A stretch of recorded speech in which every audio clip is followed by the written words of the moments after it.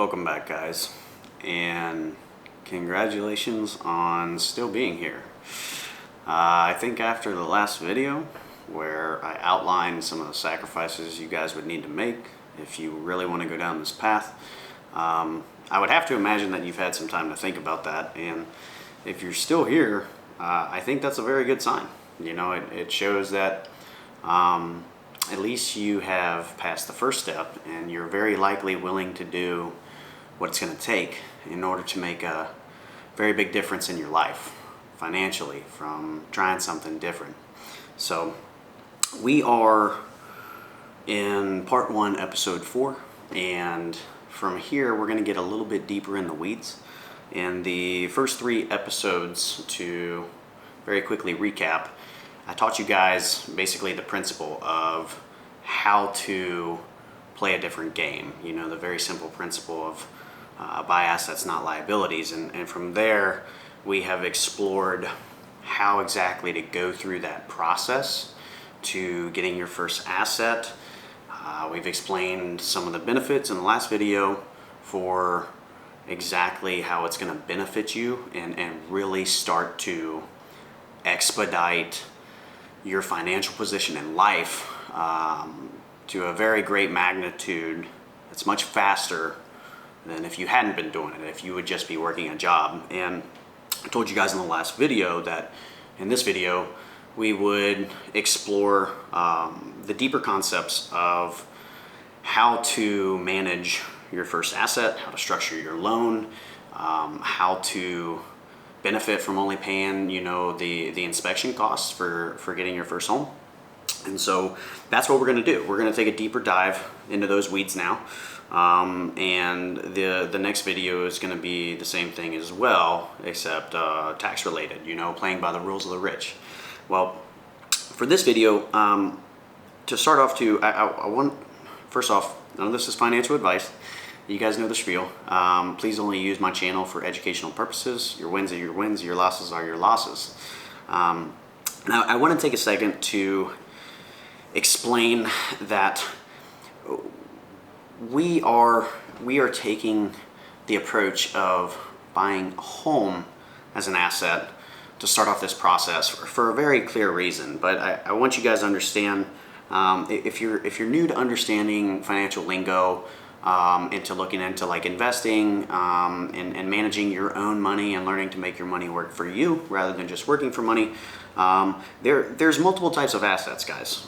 You have real estate, which we're primarily going to be working with, at least what I'm going to suggest. You have stocks, you have bonds, you have, you know, businesses are absolutely assets.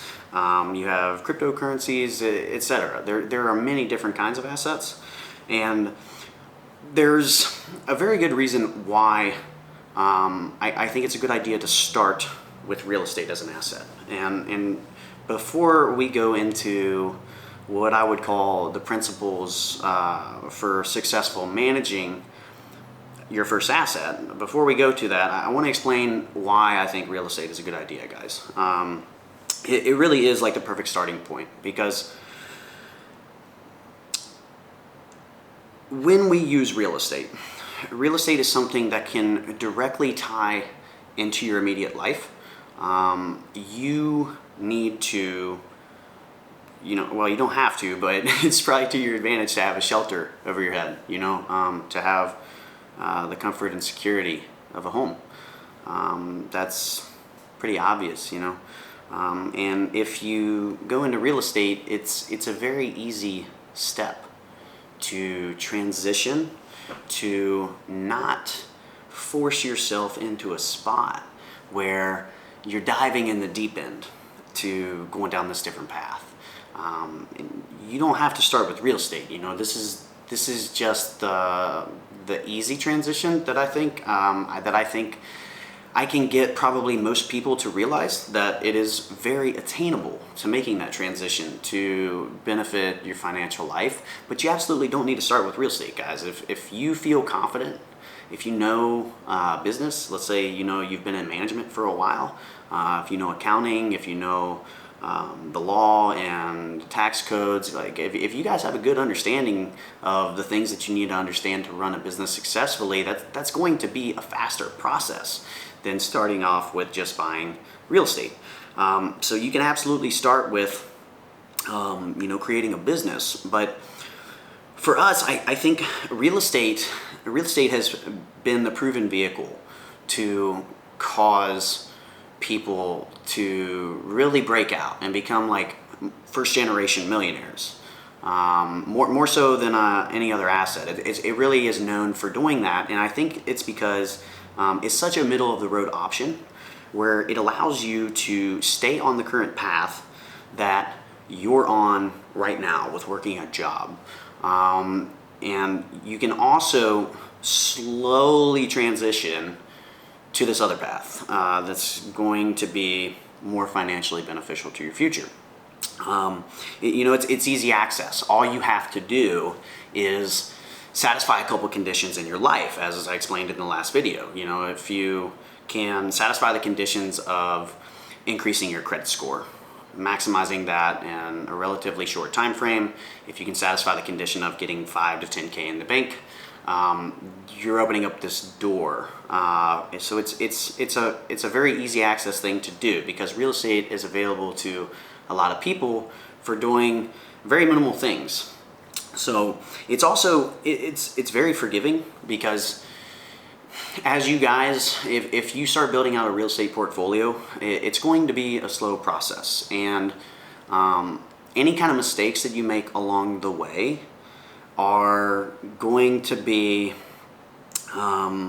less detrimental probably on average than say if you had started a business, where if you start a business, you guys instantly have to start reporting. You have to know how to handle accounting. You are going to be dealing with potentially several different people that are all going to be conducting business with you for you to be profitable, and you get thrown into a loop where if you don't have a good enough understanding for how to manage that business right off the bat, well, there's not that much time to try and figure it out before those problems are going to compound themselves, and it will likely result in the failure of the business if you have little mastery over it. Well, real estate does not have that same high drastic learning curve. When you get your first asset, guys, when you get your home, first off, it's easy because you're basically going to be putting a roof over your head. You're providing your living environment for yourself, and then in addition to that, you can start collecting the capital and living for free. But at the same time, it's a slow process. You can go out and you can take on the marketing yourself and learn how that works. Figure out how do I find tenants, and then from there you spend some time figuring out how to structure your contract for your tenants.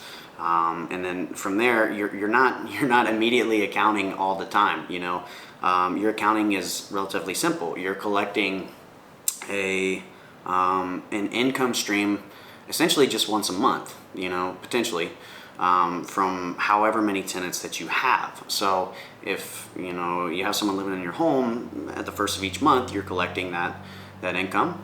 And you have lots of time in between to learn how to account for that on spreadsheets, etc. And I think you guys see the point that I'm making with that. It's very forgiving because it has a very slow learning curve to it. It will be something that's not as abrasive to you. That's probably not going to stress you out nearly the same way that just diving into starting a business would. And it's also very minimal risk.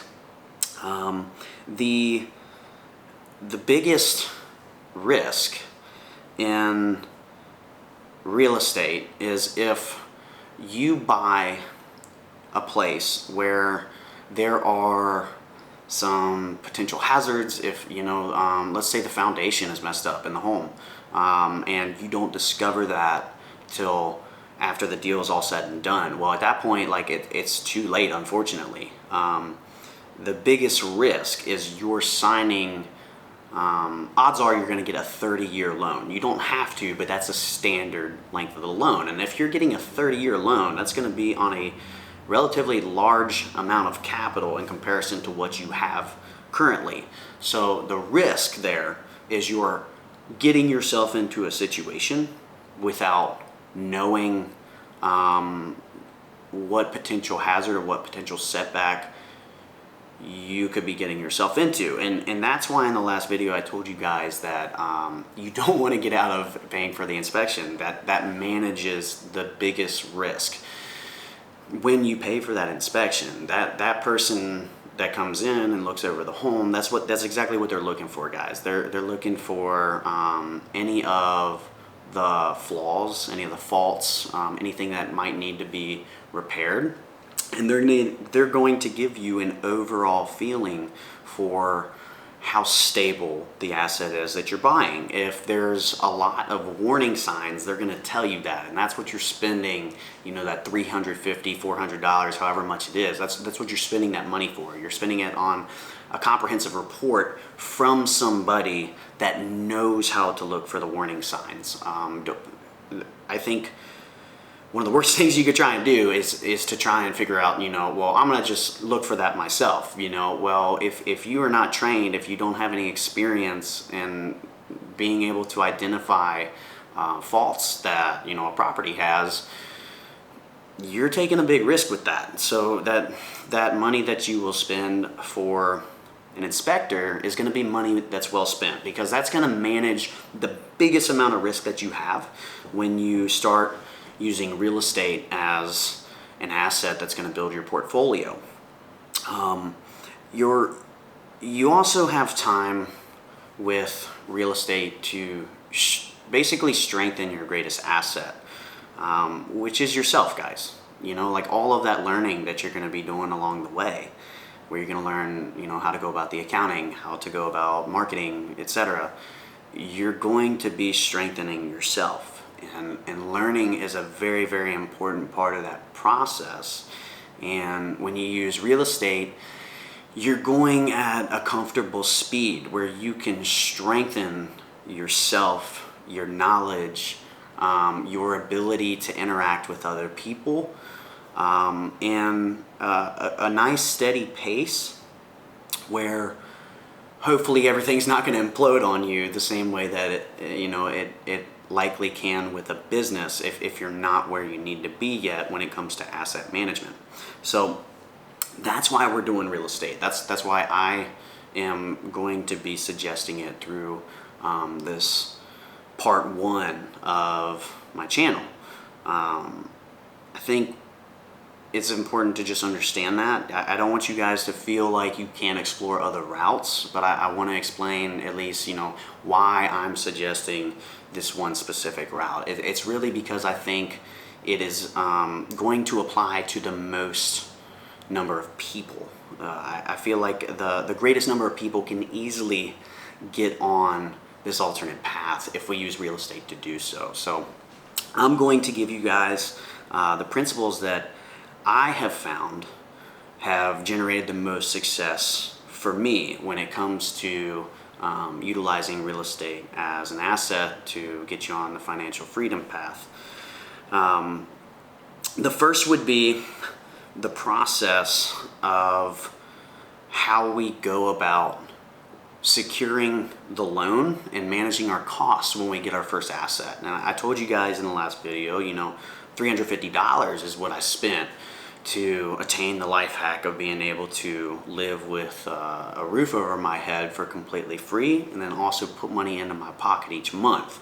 $350, that's it. So how do you go about doing that? Well, there's a couple things that you are looking at when it comes to getting a piece of real estate. First off, you have to look at what kind of a loan that you're going to get. Then there's the cost of the inspection, which I told you, is the one thing I did have to pay for. And then you also have another area of costs, which is known as closing cost. And closing costs, for anyone who hasn't bought a home before, it's basically costs that deal with all the management of the deal. So every single person that's involved, they all need to be paid for their time. The closing cost covers that. And it's kind of like a conglomeration of several costs basketed together into one group, and those closing costs are variable. It depends on the actual purchase price of the home, and it also depends on like who the lending institution is, and there's going to be, you know, different figures that it could be, but generally you're looking at probably like $3,000, you know, up to maybe like $6,000 for closing costs, and that's just a rough estimate, you know, guys. When you guys have a loan officer, the person that is going to be helping you with the process of securing your loan to get the first asset, that person is going to be able to break down what those closing costs are. But just realizing that that is a part of the cost as well, that gets you kind of a full picture. So the kind of loan you get is relevant. The fact that closing costs need to be paid is relevant. I'm sorry, there's down payment as well. So down payment functions similar to closing costs. Your down payment is money that you have to put down in order to get the home. So that's why you actually have to have 5 to 10K in the bank in order for a bank to even consider giving you a loan on a home. You have to show them that you have all of the money needed to pay for all of the costs. Otherwise, you know, the bank looks at it as this is a waste of our time. You know, if you're not even going to be able to pay for the fees of us doing all this work and helping you get the home, you know, well, come back and talk to us when you are able to. So that's why you guys got to have 5 to 10K in the bank. But like I said, you don't have to pay for all those things. So you got, once again, your closing costs, you have your down payment, you have your home inspection, and then you have the type of the loan that you get, which are all kind of relevant when you get your first asset. So the type of the loan is largely going to depend on what your credit looks like, where you live. You know, different states have different options, and your different loans are going to change basically like what your interest rate would be on the home. You can have a flat interest rate which stays the same throughout the life of your loan. You can have a variable interest rate which actually changes as the interest rates change in the economy. I don't think that that's necessarily the best idea for starting out this path. I think whenever you get a flat rate, it allows you to easily plan for the future. You know what your costs are going to be. So I think getting something with a flat rate loan is a good idea. And then you also have your loan advisor. You know, your loan officer is going to be the person that is going to be able to best assist you when it comes to the type of loan that you want to get. But what I want you to understand about a loan is you can get a type of a loan where it can help you to manage all of the other costs within that loan. So when I got my very first home, I got a government-backed loan where I actually got 2 mortgages. I got the mortgage which covered the purchase price of my home, and then I got a second smaller mortgage which gave me up to $5,000 to pay for things like the closing costs, to pay for things like the down payment. And that was how I managed the down payment on my home to get out of having to pay, you know, potentially $3,000 to $5,000 additional dollars. I just took a second loan, which is definitely what I would prefer to do. I would prefer to let other people basically pay that large lump sum over time for me. You know, I decided to let my tenants pay for that down payment over time, so I could keep as much of my money in my pocket and move on to putting that capital to work in other places and continuing to grow it.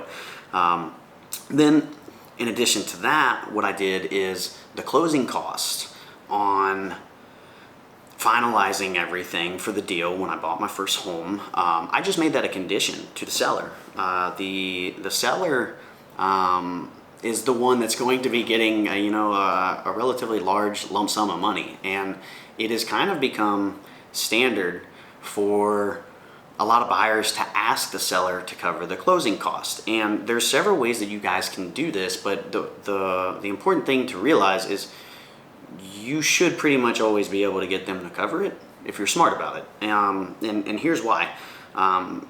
Whenever you go to offer to buy a home, you're going to submit what your offer is to that current homeowner through your realtor.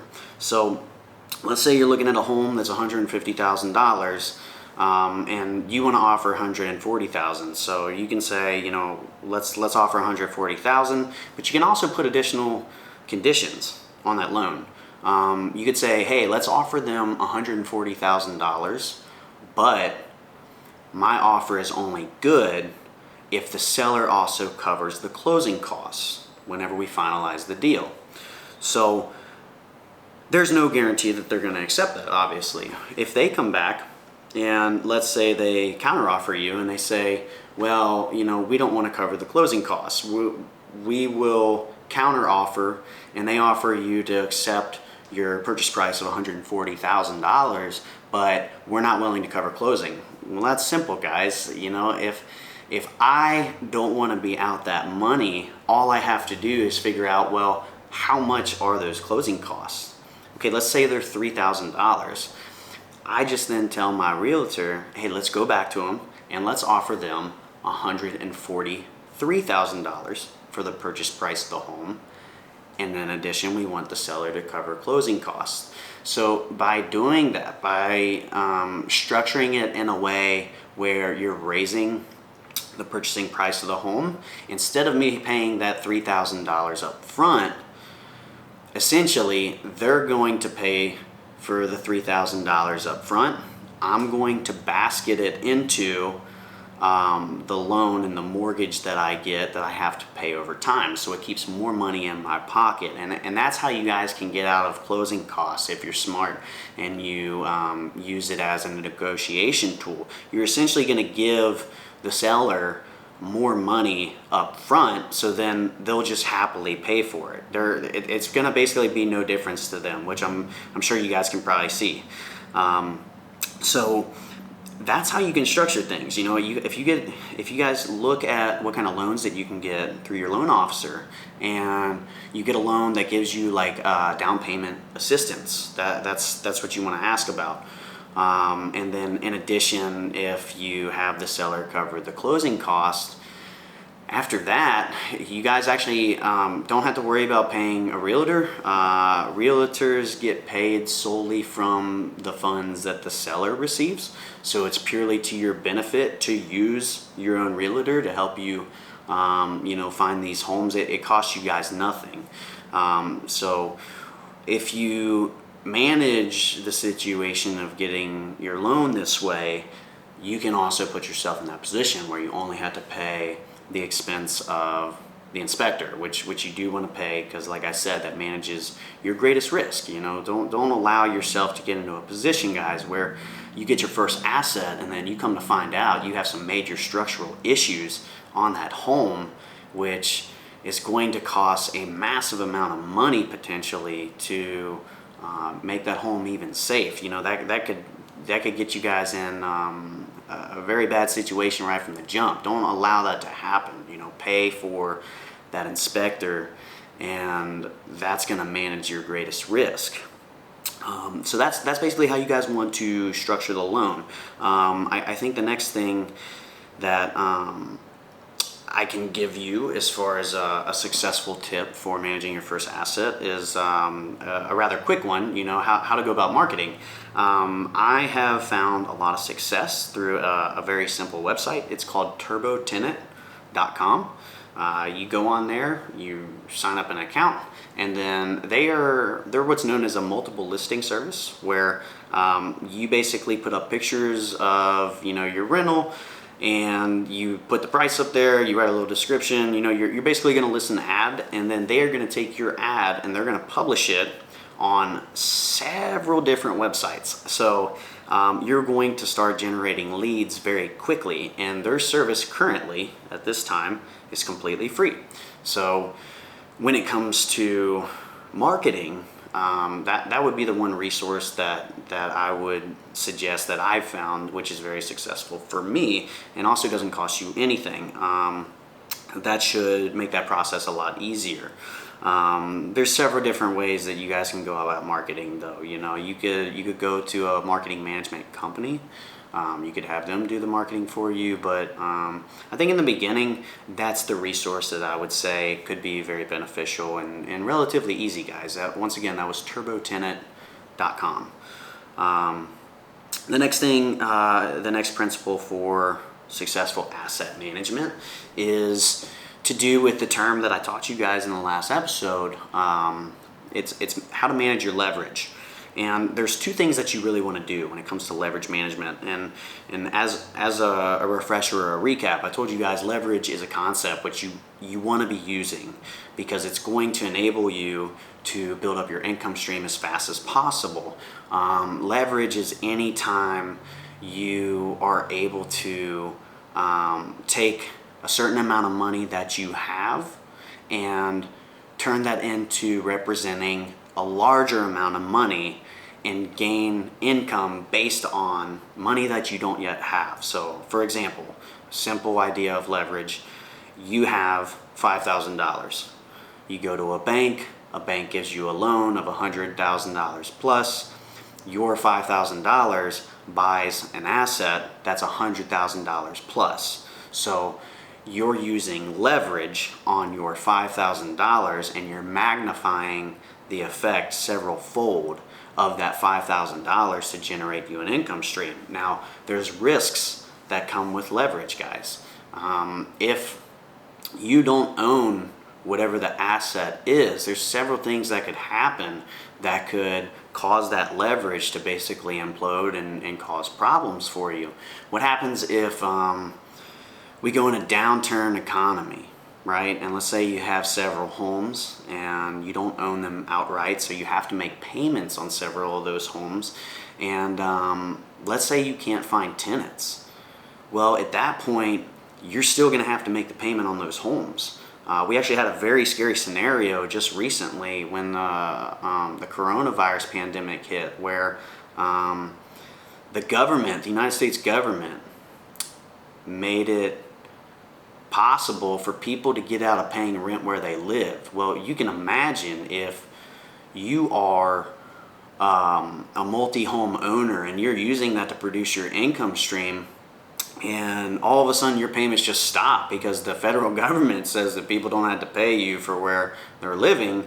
Well, you still have to pay the mortgage on those places, so that could be a very big problem where it could be a massive setback, and all of that is because of leverage. If you guys owned all those homes outright, you don't have to make a payment on it. So it's important to learn how to use leverage to your advantage so you don't have to pay the price for the risk that it incurs and using it as a tool. So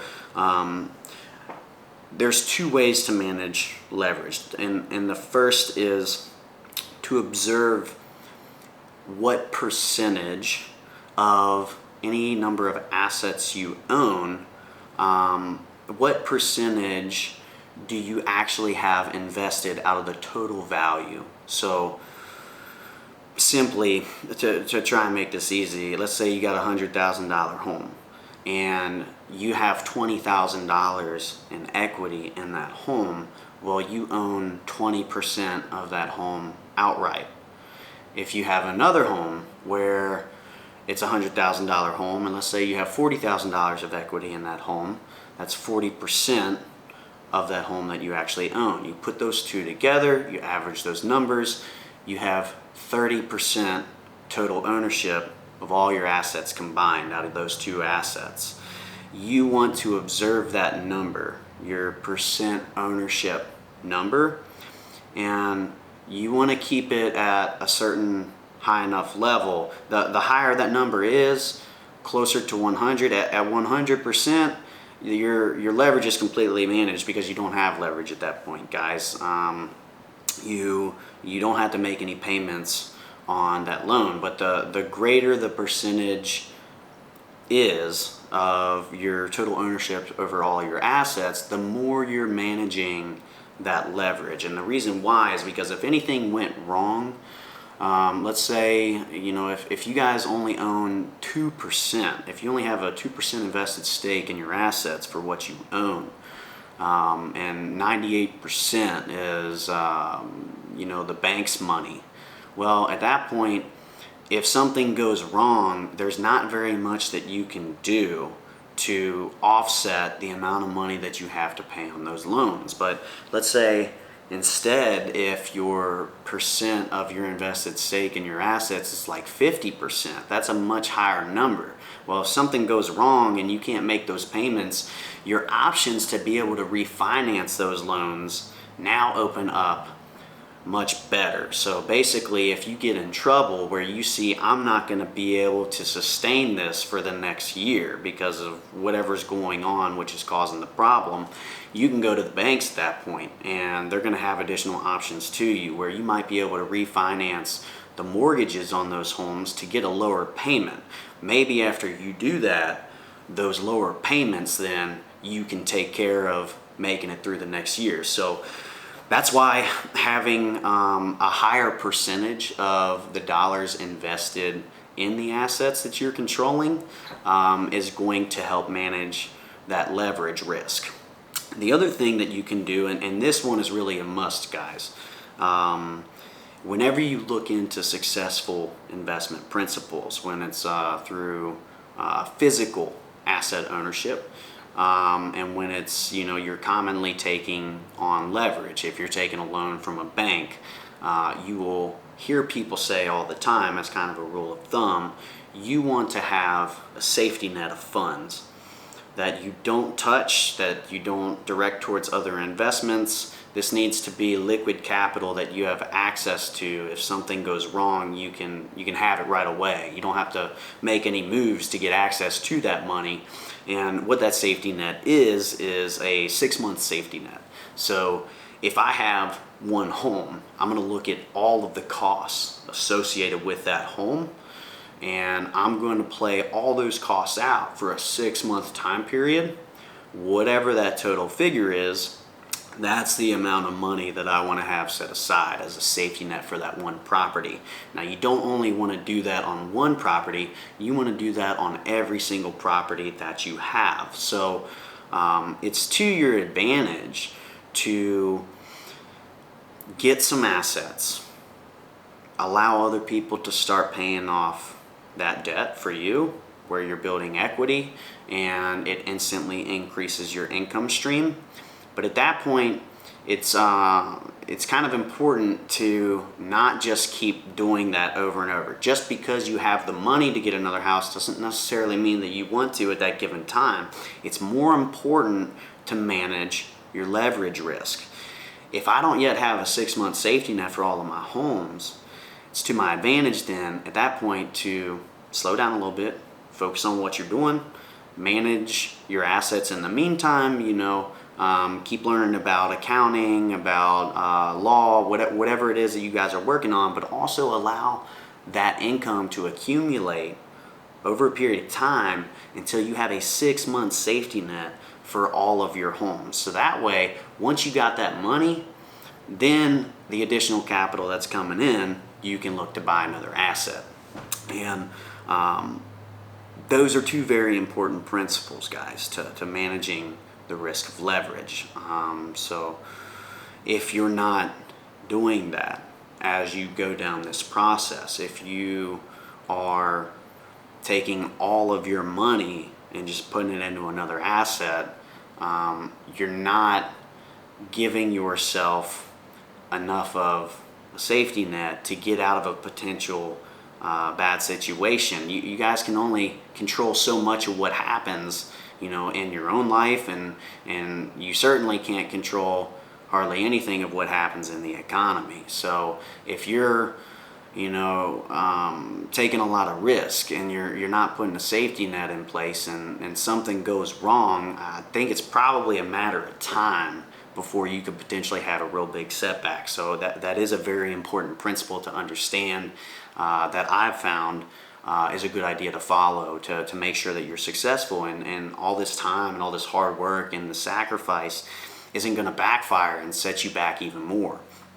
And the next tip, and really this is like the final tip that I have for successful principles of managing assets with real estate, would be you guys want to use advisors to continue your education. When you read some of the resources that I gave you, like Rich Dad Poor Dad, The Richest Man in Babylon, and when you watch the final video of this entire series, and if you pick up some of those other books, what you're going to find is those books are only going to take you guys so far. It will be exactly what you need to get started, but a lot of what you're going to learn is actually going to be active learning from going down this path and taking the steps to start to see the changes in your life. And that's just anything in life, guys. Real life practical experience is often the best teacher. And what's going to aid you guys a lot in that process is having professional advisors to continue that education. And the first one the first one that you could probably have, and this person isn't necessarily like an advisor in the same sense that the other ones are, but I would say your first kind of iteration of this would probably be your realtor, the realtor that you use to secure your first home. They are going to have, hopefully and potentially, years of experience of finding homes for people and helping assist people through that process. So that person, with having years of knowledge in an area where you have not accumulated that knowledge yet, they could be an excellent resource to start asking any kind of questions that you might have about the process. They can also help link you up with other professionals. Let's say you are having a hard time working with your loan officer. Well, I'm sure you could ask a realtor, and they're probably going to have some connections for some people that they can hook you up with if you're having problems securing your loans. So having some other people that might be able to smooth out that transition is going to be purely beneficial to you. Use that person for the knowledge that they've accumulated, and you can help shortcut that process for yourself. So that's going to be, your first kind of pseudo advisor would actually be your realtor. And your next one after that, and really like more of a typical kind of advisor role, would be your tax professional. That's probably going to be largely the first one that you develop an ongoing relationship with. And I do encourage people to actually get a person that you can develop a relationship with. I wouldn't suggest going to like H&R Block, and just seeing a different person each time. That's great if you don't know about how to do taxes for yourself and you're just working a job. But once you guys start going down this different path, you really do want someone that's a professional that you can develop a relationship with. So finding a good tax professional that can teach you the tax codes as you move forward, that's going to be an invaluable resource for you guys to have. And that's largely how I've learned the tax codes for my area, for where I live. And it all depends on where you are too.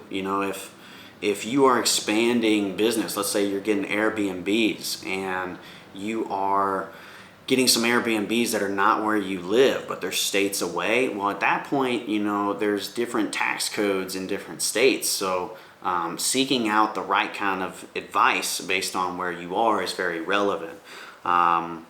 So your tax professional is going to be someone you want to benefit from. A financial advisor would be another one of those people that will help out your education. And when it comes to a financial advisor, what I would say is make sure, if you do get a financial advisor, you get what's called a financial advisor with a fiduciary obligation. And you basically have two different types of financial advisors. You have regular financial advisors, and then you have financial advisors that have an additional certification. where they actually have a fiduciary obligation to work for your behalf. And a fiduciary obligation is, to the best of my understanding, it's like the highest level of an obligation that exists. It's the same kind of obligation that a lawyer has. If you hire a lawyer, they have to act in your best interest. And the reason why you want that for a financial advisor is, first off, your financial advisor, they're going to come up with like a financial game plan for you, where you tell them what your goals are. They look at what kind of assets you own, where you're at in life currently, and they can help you construct a game plan to get to those goals, to where you want to go. But if you have a regular financial advisor, they don't have to act in your best interest. And a lot of these big companies that are investment companies actually seek out financial advisors, and they pay them to pitch their products to their clients. Where if you have a financial advisor that does not have a fiduciary obligation to you, they can prioritize their own personal obligations over yours. And if they offer you an investment, let's say a group of stocks or whatever that some company wants them to offer you, and they tell you it's a good idea and you take them up on it, well, guess what? They then get a kickback from the company that is trying to get them to sell it to you. So it is very important, guys. There's two types of financial advisors. You only want to get one that has a fiduciary obligation, but that person is going to be massively beneficial when it comes to planning out the more intricate steps of your financial freedom, especially when it comes to branching out into other assets, guys. Because you can just stick with real estate. If that is what you want to do, you can absolutely do it and you can be wildly successful. But the bigger your goals are, the bigger your dreams are, you do kind of want to go into other assets as well. The more that you do, the stronger of a foundation that you're going to potentially build for yourself, because assets react differently in different kinds of markets. So if you have your wealth spread out over several different types of assets, it shields you in all different kinds of markets where you can continue making money. A financial advisor is definitely the kind of person that's going to give you that knowledge and that game plan for how to best go about that path in doing so. And this is way further off down the road, guys. This is not like this initial stage of just getting a home. I don't suggest getting a financial advisor when you just get your first home. This is like at the level of you guys have multiple assets. So I'm just letting you know this is one of those types of advisors that you do want to learn from. That summarizes this video, guys.